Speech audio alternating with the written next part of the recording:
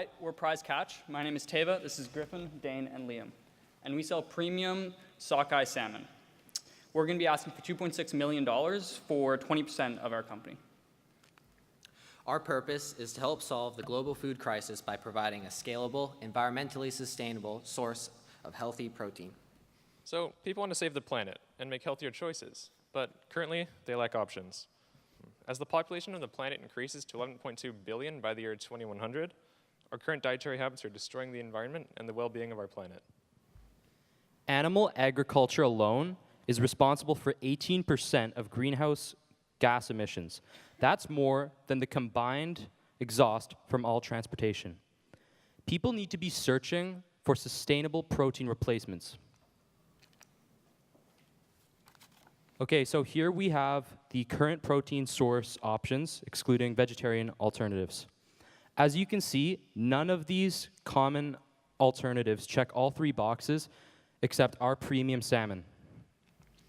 People are becoming more aware from a health and environmental standpoint that they should be eating more fish, but due to overfishing, diseases, parasites, and microplastics, they are not. So these pictures you see above on the screen are fairly common within open net fish farms. And these are actually the fish that consumers eat. So farmers will take off the ugly bits and then delouse them and sell them on the market. And for obvious reason, we've dubbed these fish Frankenfish. We hope to use this term as well as these pictures and facts to show that our product is superior to any other farmed fish. Consumers are already realizing this without our help, and in Washington, the state, they've already banned all use of open net fish farms. So our operation is twofold. First, we're able to grow crickets and then feed them to salmon. Through the use of crickets, we can create eco-friendly salmon without compromise of texture, flavor, or growth. The three environmental benefits we have are, we're not fishing salmon, we're not fishing the bait fish, and we're also not transferring disease to wild populations or polluting. Since our whole process can be contained in a controlled environment, we can use filter tanks to get rid of diseased fish, of which there won't be many, and their waste to make sure they're not floating around with it, as happens in normal open net fish tanks. We want to leave our environment completely unscathed, so we would either compost the waste or feed the leftover fish to our crickets. And once the farm is perfected, we can actually duplicate it and replicate it across North America and the world near major cities. Now is a great time to enter the farm fish market. Between 2013 and 16, the value of the market rose 37%, while production only 12%. The wholesale value of BC farmed salmon rose to $796 million in 2016. Agriculture already accounts for 50% of this number. That's up from 26% in 1994. This percentage will continue to increase.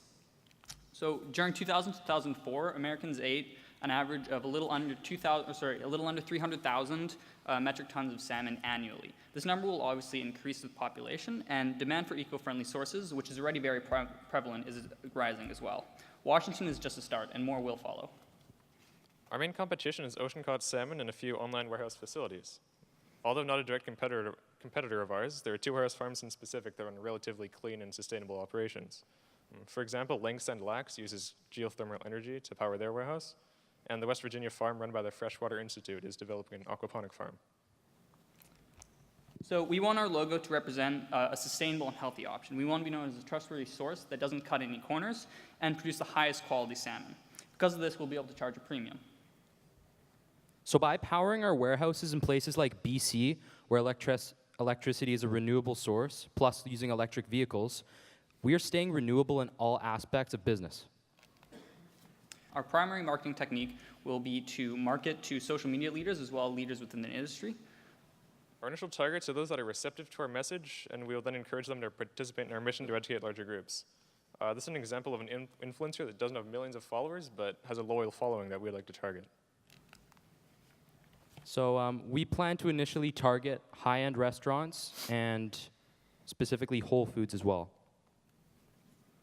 Typically, the Whole Foods consumer base is willing to pay a premium for environmentally sound and healthy food options. So we're reducing the majority of variable costs associated with salmon farming in exchange for larger fixed costs. Because of this, we charge a premium pre-scale. This gives us the margin to invest in better product quality.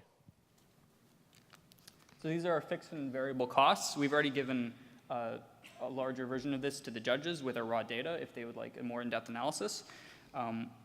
Next. So we'll have an initial startup cost of $1.7 million, and this will go towards building the actual warehouse as well as buying land and the actual farming units for creating the fish. And then there'll be another 33 months afterwards in which we have to actually grow the fish for market, and which will also accrue more costs, totaling at $2.6 million of capital needed. So there'll be a break-even point in about 5.5 years, and once revenue starts coming in, it'll come out in at about $901,000 a year. After our initial warehouse has proven itself, we can use debt financing to expand into more locations and scale our company. This way, we can retain the stakes in our company without being diluted. At scale, we plan to invest in on-site packaging and automatic cutting, canning, freezing, and smoking. We would then move to other salmon species and other types of similarly sized fish. Our goal is to have multiple locations across Canada, North America, and the world, and to become the main source of trusted salmon. We want to have a demand similar to free range, chicken and beef and stuff like that, and we will be able to have that if we stay true to our core values. So in summary, there's a growing market and diminishing supply. We are asking for $2.6 million for 20% equity, and around the 4-year mark, we will start opening several other locations, so your return rate will multiply. Thank you. We'd like to open up for questions.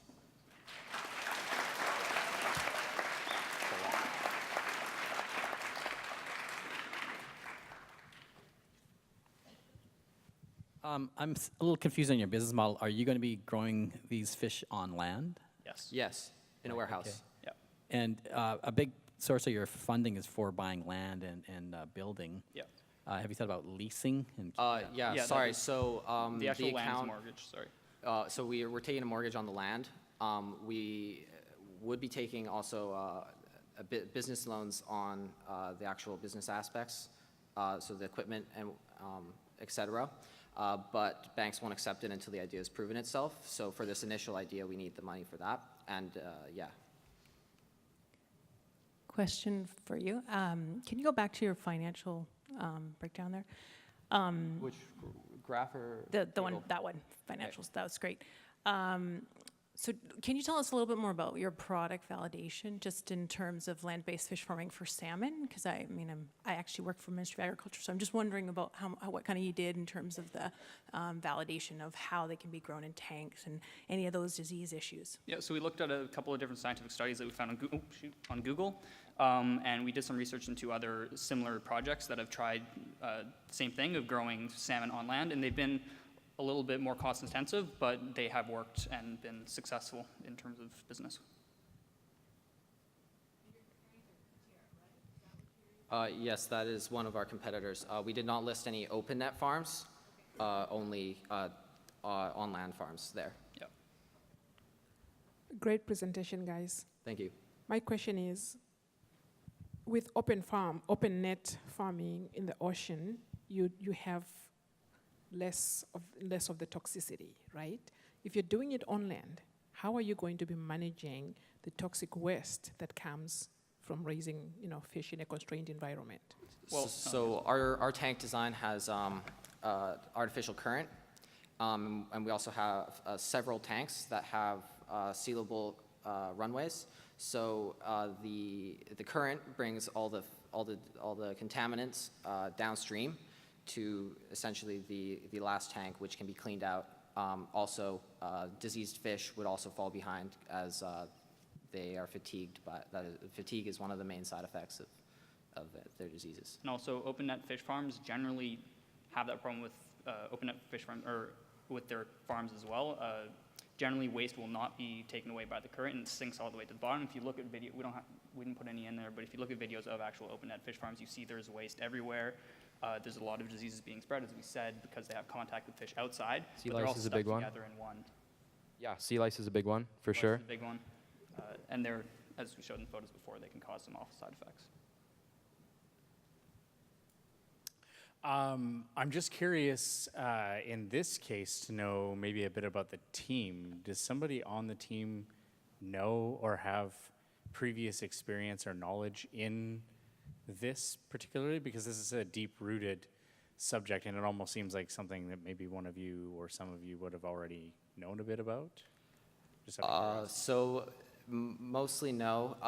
The idea originally stemmed from seeing cricket protein being advertised for human consumption. And the reason we chose salmon was because it was fairly easy to actually make sustainable, yet no one really did. And we've just, from researching it, found that it's not, it's just really bad and needs to change. People don't want to eat crickets, and we decided, okay, well, salmon, we'll eat them, and people won't eat salmon, so we'll do salmon. And in terms of out of the four of us, yeah, he touched on it, not really, but we have had contact with other people who do know what they're talking about in the business. So with that, I'll just state that it's well presented in the fact that you seem knowledgeable about something that you're actually not. So Thanks. Thank you. Huh. Well, we did We did spent a research year for about researching the whole this, but year. Yeah. Yeah, we've had. Yeah, yeah. Thank you. Great presentation, guys. Thank Thanks you. for that. I've actually eaten crickets, and I Yeah? didn't find them too unpleasant. And perhaps maybe that is a solution globally for Yes, people, yes, it's the general public that needs to eat it, though. of course. Well, in North Not just America. a snack, like for meals. So I guess there's a large assumption that these fish will eat the crickets. Have you tested this? There is actually research Done on this. done on this. So insect meal has found that they are eaten by carnivorous fish. In fact, lots of fish actually eat insects as part of their natural diet. And the National Institute of Health and Seafood Research deemed that they were actually usable.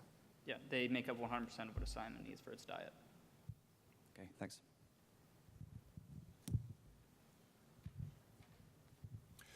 Hi, thanks for your presentation, guys.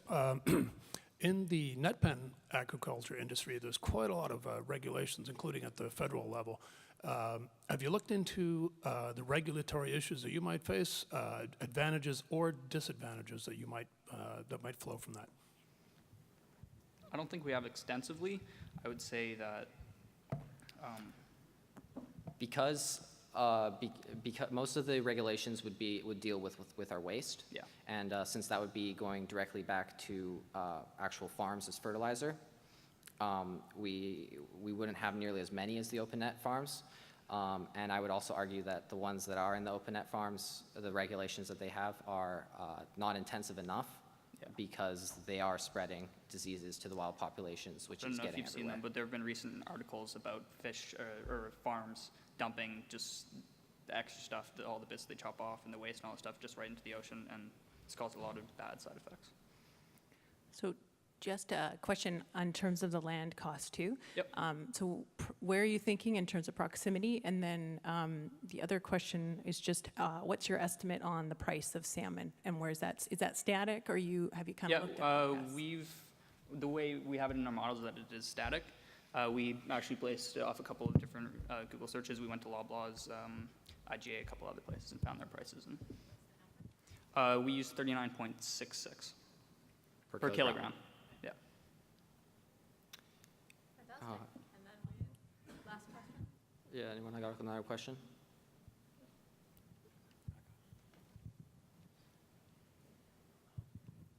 So just one of these facilities, how much fish do you produce, like poundage-wise? We produce, so one facility assuming it holds 22 units, which is kind of how we measured how many fish we can produce, can create 3,300 kilograms, a little under that, per month.